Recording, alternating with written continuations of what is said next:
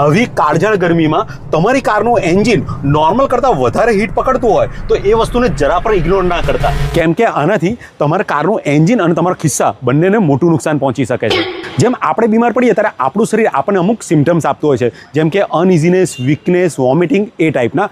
એ જ રીતે એન્જિન જ્યારે ઓવરહીટ થાય ત્યારે એ પણ તમને અમુક સિમ્ટમ્સ આપતું હોય છે અને એને કદી ઇગ્નોર ના કરવા.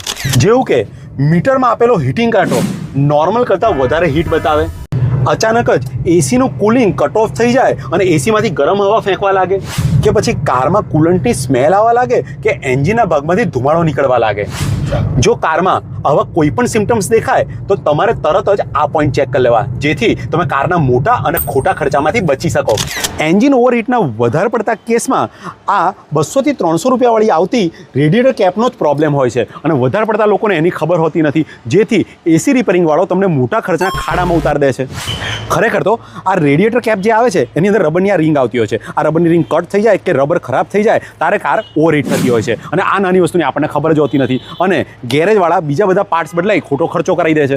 અને સાથે સાથે ગરમીની સિઝનમાં દર 10 થી 15 દિવસે કુલન્ટનું લેવલ ચેક કરી લેવું, કુલન્ટની પાઇપ, રેડિએટર લીકેજ છે કે નહીં એ ચેક કરી લેવું અને રેડિએટરનો ફેન પ્રોપર વર્ક કરે છે કે નહીં એ પણ ચેક કરી લેવું, જેથી આવી કાળઝાળ ગરમીમાં તમારા કારનું એસી તમને ઠંડી હવા આપતું રહે અને તમારા કારનું એન્જિન સીઝ પણ ના થાય. આવું કારને લગતા નાના મોટા પ્રોબ્લેમને ફ્રીમાં સોલ્વ કરવાની ટિપ્સ ને ટ્રીક માટે મને ફોલો અને સબસ્ક્રાઇબ કરી દેજો. Good day.